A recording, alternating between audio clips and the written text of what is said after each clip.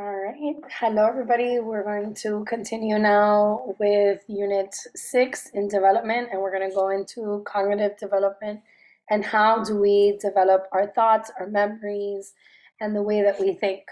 All right. Excuse me.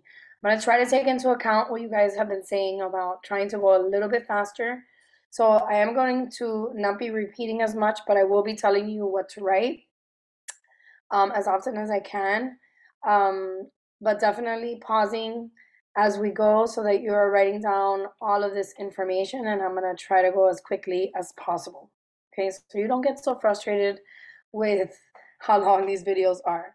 All right, so we're going to start with the first guru of cognitive development is going to be Jean Piaget. So make sure to write him down. That's your first subtopic here.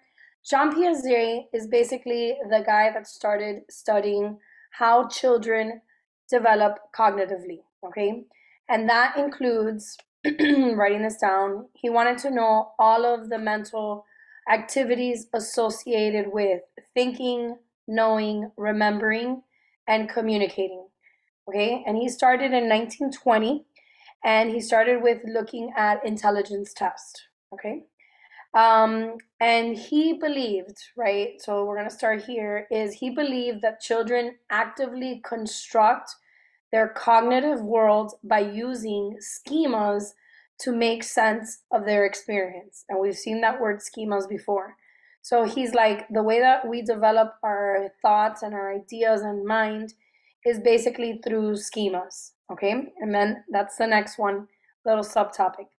Schema, so these are the different concepts, just so you guys know. These are the concepts that Piaget had.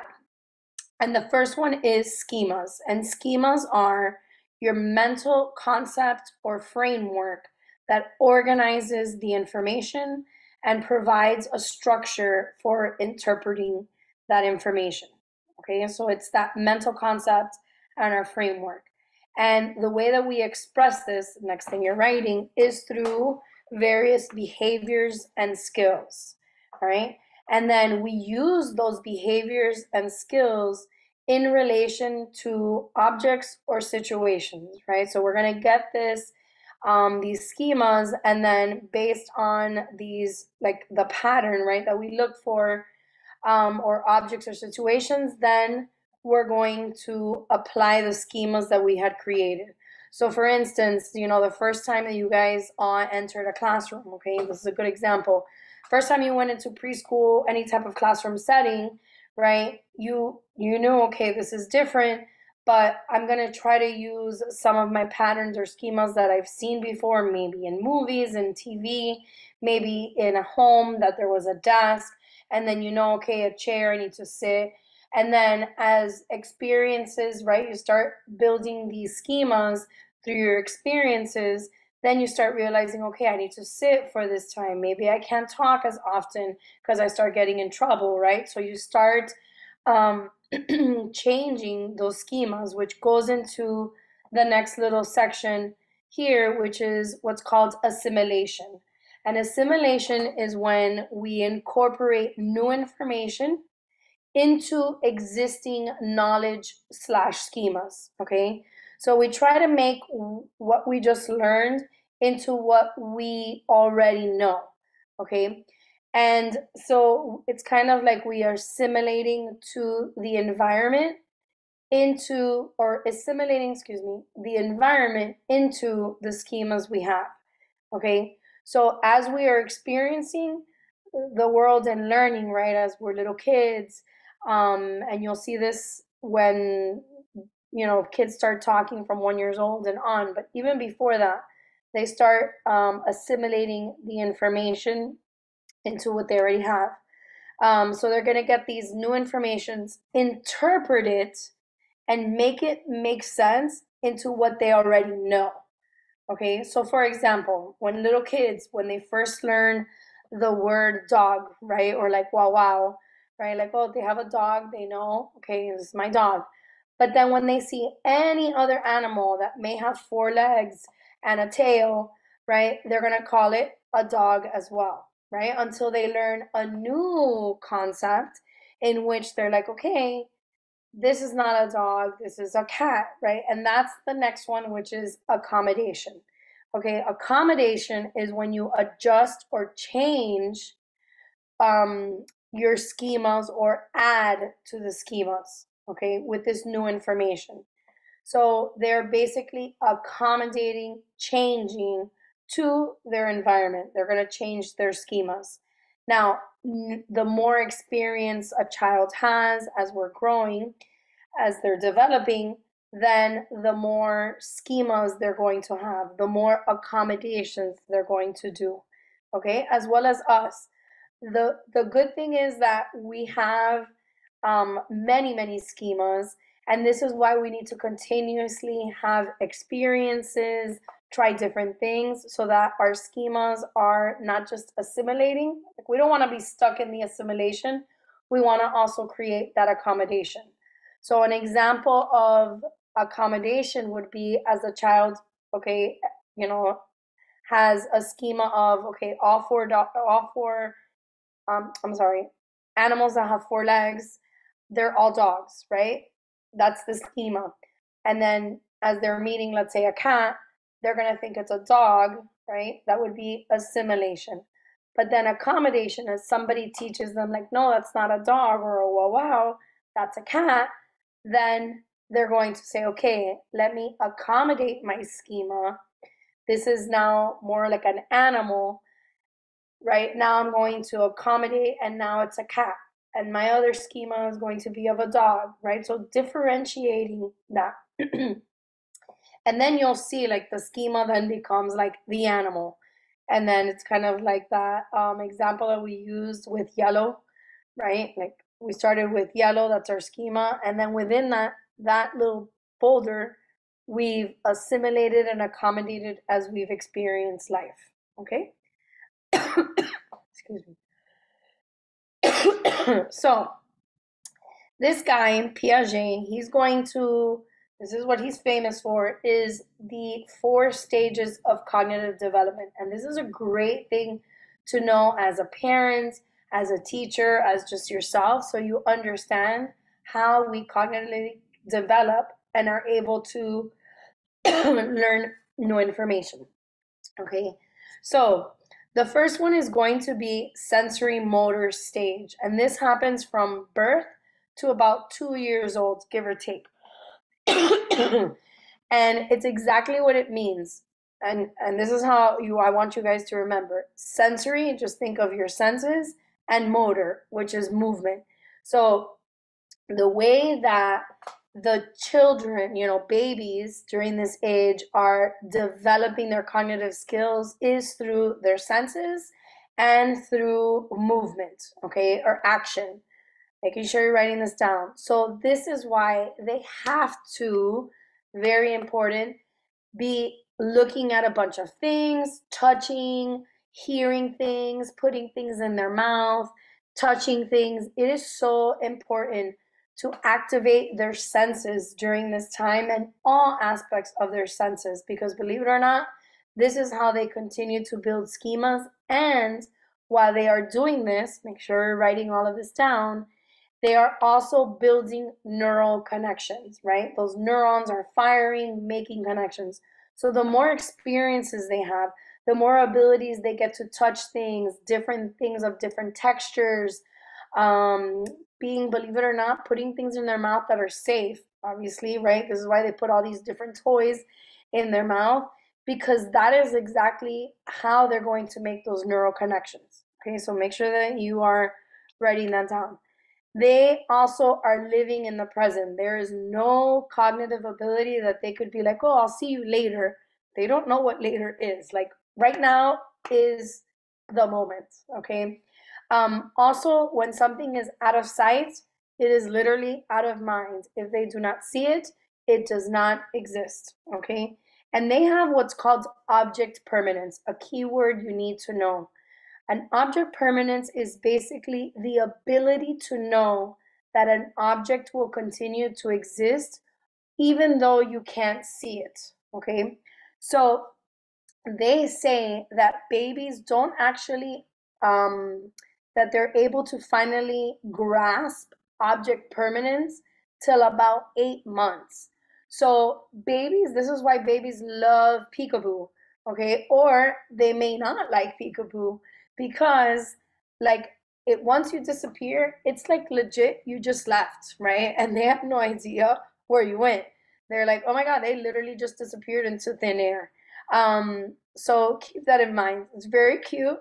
The way that you know that a child has built object permanence is like here's a picture of the baby has built it that if you cover it, they know to look for it there. Okay. Somebody that has not developed object permanence, then they won't look for it. They literally will be like, okay, where did it go? All right. So keep that in mind there. Another thing under sensory motor, I want you to write, they also have figured out that babies now are actually able to figure out some type of, like, they call it baby physics and math. So that the babies can also figure out, like,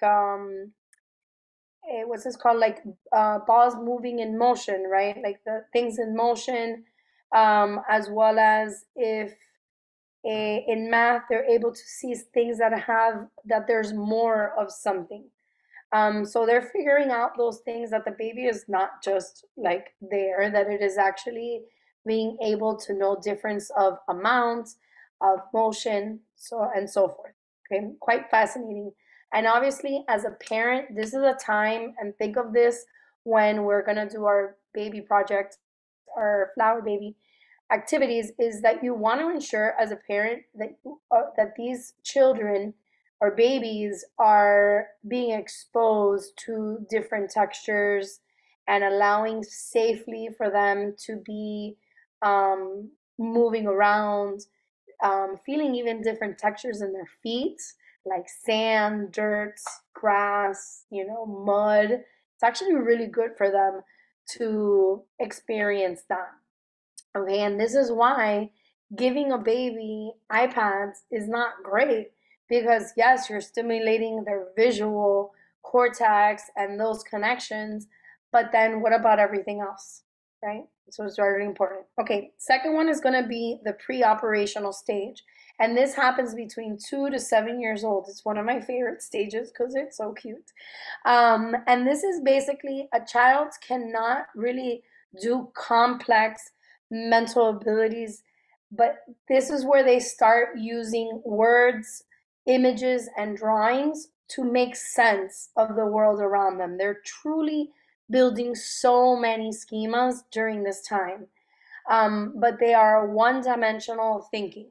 Okay, they're also big on pretend play and imagination. When you guys were sharing your stories as little kids, a lot of you guys were, oh, I was so used a lot of imagination, a lot of creativity, lots of dress up, because this is the time to do that, right? And kind of lose that a little bit, but we could always bring it back, which is the beauty of it. The next thing you need to know on this stage is that they have not mastered what's called conservation. Very important. So conservation is basically knowing, very important to know, is that the quantity remains the same even though the shape has changed. Okay. So basically, so conservation is knowing that, let's say, and this is a good example, right? That they put here 2 cups, you'll see it here in this image. They put 2 cups that are the same amount, same size.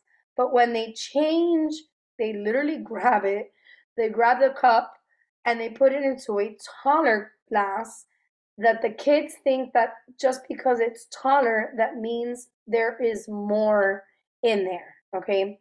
Now, this is something to use this as your advantage to know this about kids and tricking them a little bit. But so since they haven't mastered that during this time, so you could literally tell them, like, let's say they have a cookie, right? And they're crying and they're like, but I want more cookies, right? And you could literally grab the cookie and be like, oh, you want 2 cookies? Okay. You could break it in half and then say, okay, here you go. You have 2 cookies.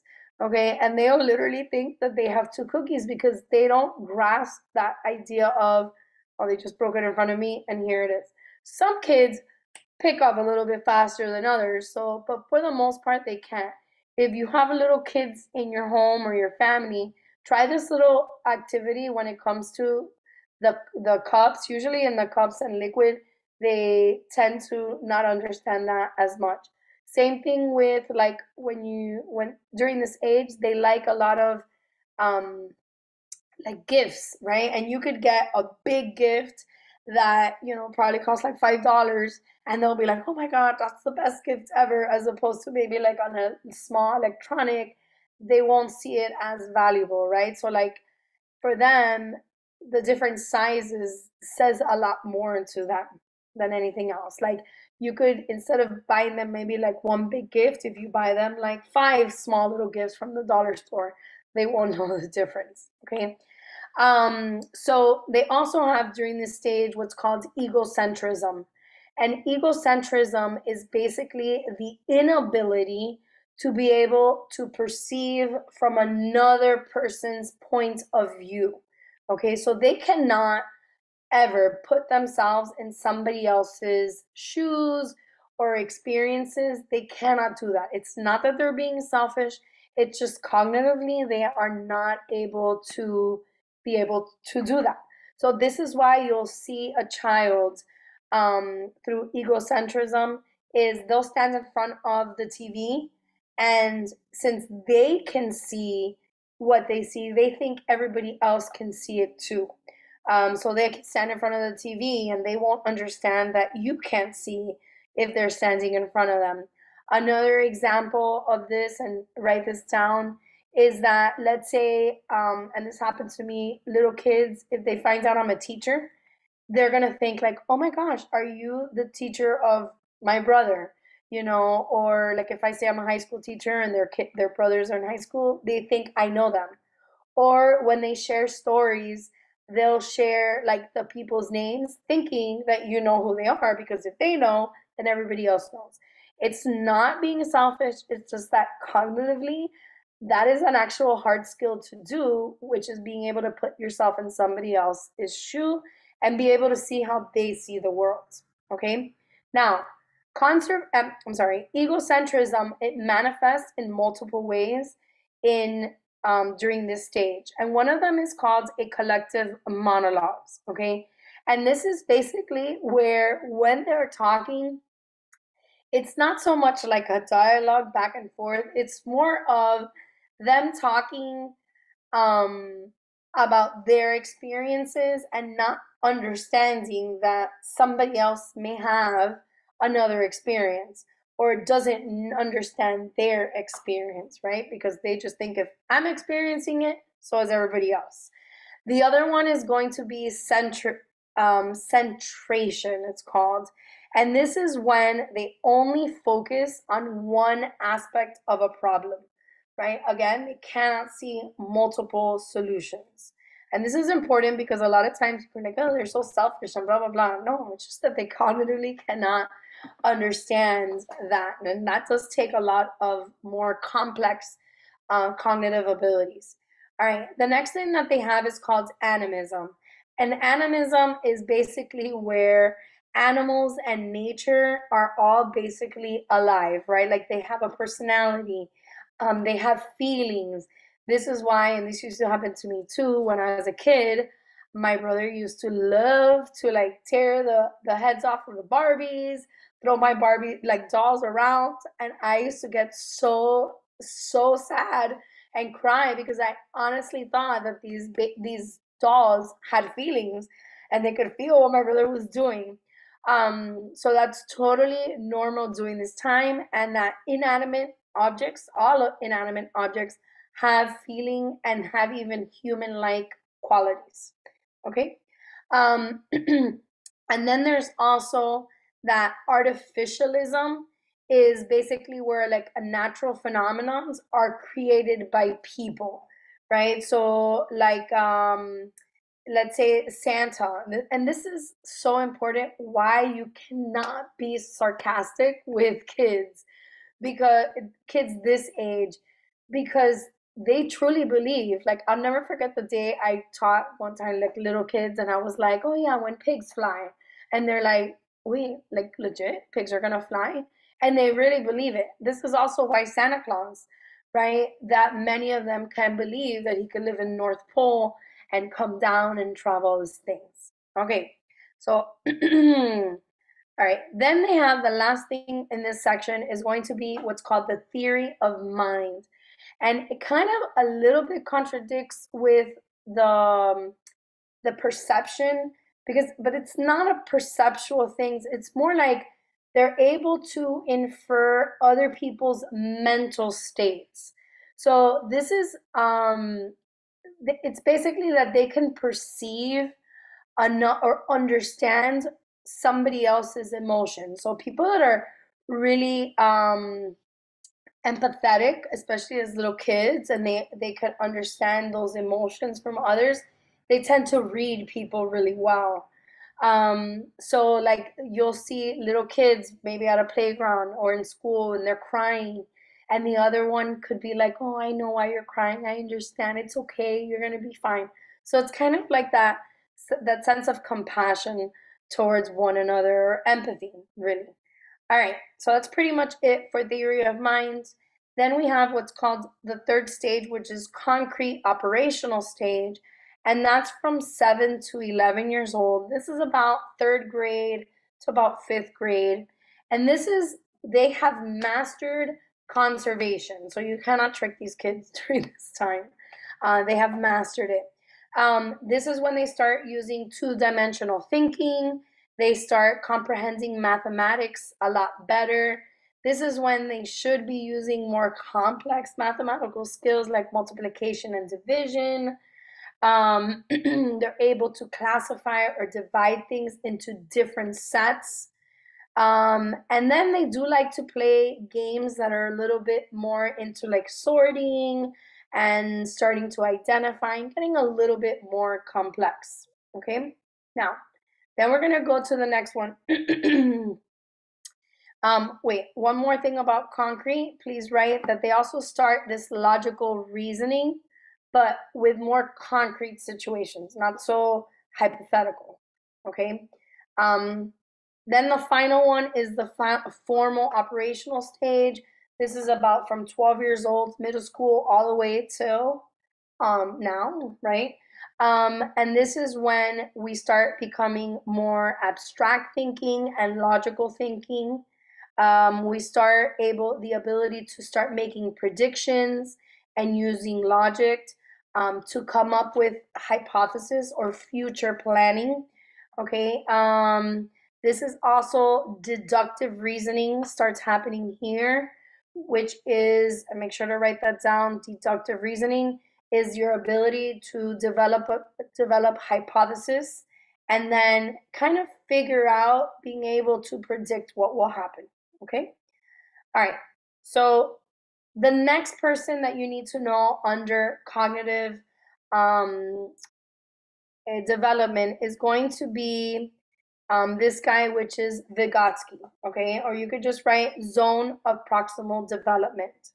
Okay? And so Vygotsky, this guy, is going to use cognition, making sure I write this down, cognition, but also social cultural, okay? Because Piaget did not take culture into his cognitive, theory. So this guy is going Vygotsky, very important, and actually one as a teacher. This is one they drilled this with this guy because culture does play a big factor into how we are going to learn and master skills. Okay, and so he said that children's minds they grow through the interactions with our social environment. All right, and by helping, next little bullet, helping children, giving them new words, ideas, information allows them to build on their higher levels of thinking. Okay. And the way that we do this as adults or people in the environment is by using what's called scaffolding. Scaffolding is just basically like a scaffolding of a building. It's kind of like a support. Okay. And what you're doing as an adult or for this child is you're scaffolding the information. You're kind of supporting them, not giving them the answer, but kind of guiding them into thinking, like complex thinking and solving problems. Okay. And then we have what's called the zone of proximal development. And I need you guys to draw this thing and know what is the zone of proximal development, which is basically, and this is the zone here. So how it starts, and draw this out, and then I'm going to explain each one, and then I want you to write little notes on the side. So his model basically says that a child comes with some form of information, right? So this is right here, the current understanding. These are the schemas they have through experiences.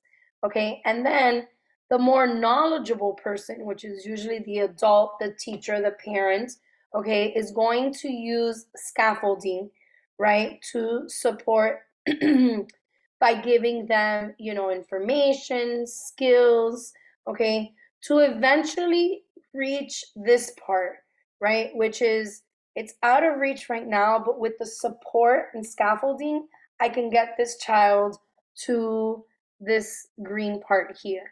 All right, so here's an example, okay? So an example is, let's say in math, you go into math algebra, okay? And you know some basic skills. So you're right here, right? You know how to multiply, divide, add, subtract, you know a little bit about these little letters, right? Or maybe nothing at all. But at least you have this knowledge of how to solve math problems, basic math problems. Okay, you know how to read and so forth. So you have some skills. But the teacher's job is to kind of support you, right? Give you some activities, skills for you to get essentially to being able to get the test and mastering that exam. Okay? So that is the zone of proximal development, and that is the end of our lovely cognitive development.